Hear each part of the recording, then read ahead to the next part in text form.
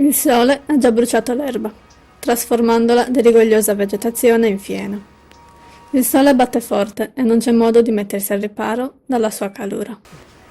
Il corriere procede lungo la stradina sterrata, con il suo cavallo al seguito, che porta la borsa con tutte le pergamene e i suoi effetti personali.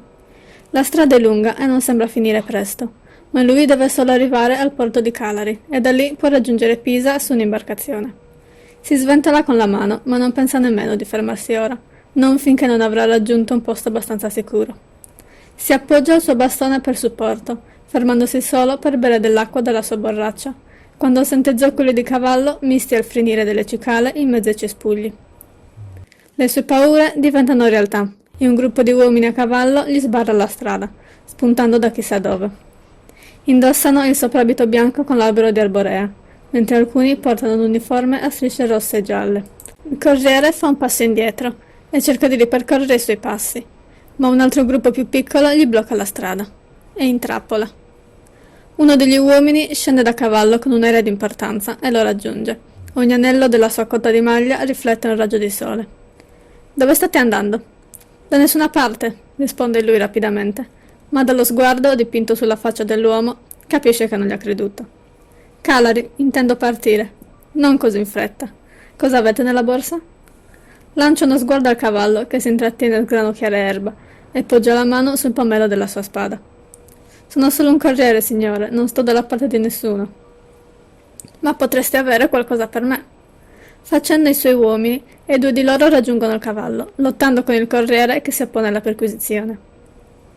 I soldati lo respingono e iniziano a cercare. Buttano via le cose che non gli interessano, mentre il capitano osserva. «Qual è il vostro nome, corriere?» Il corriere prende tempo, spostando il proprio peso da un piede all'altro. «Guiccio, da Fabriano». «Bene, siete stata a Villa di Chiesa di recente?» «Venerdì scorso, signore», dice guardando in basso. Un soldato passa una lettera al capitano che inizia a leggere.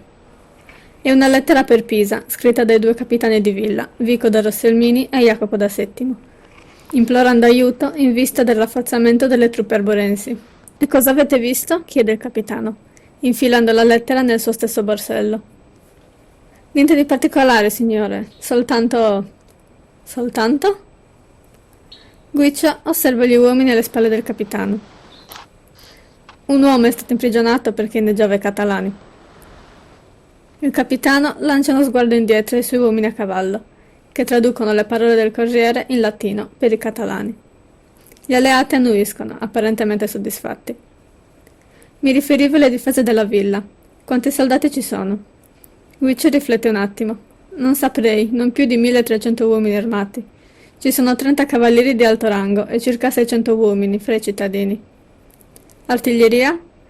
«Ho visto 6 macchine d'assedio, ma ho sentito dire che solo 2 sono funzionanti». Deglutisce, visibilmente nervoso. «Che ci dite della villa?» «Com'è?» «È circondata da un profondo fossato e una palizzata di legno. Ci sono delle alte mura con 20 torri. Il castello, San Guantino, ha una torre completa e una fondata». Il capitano riflette un attimo. Ha avuto tutte le informazioni che voleva, perciò si rivolge ai suoi uomini. «Arrestatelo». «No, no, no, aspettate! Vi ho detto tutto quello che volevate sapere», supplica Guiccio, ma gli uomini di Arborea lo afferrano per le braccia e lo trascinano verso i loro cavalli.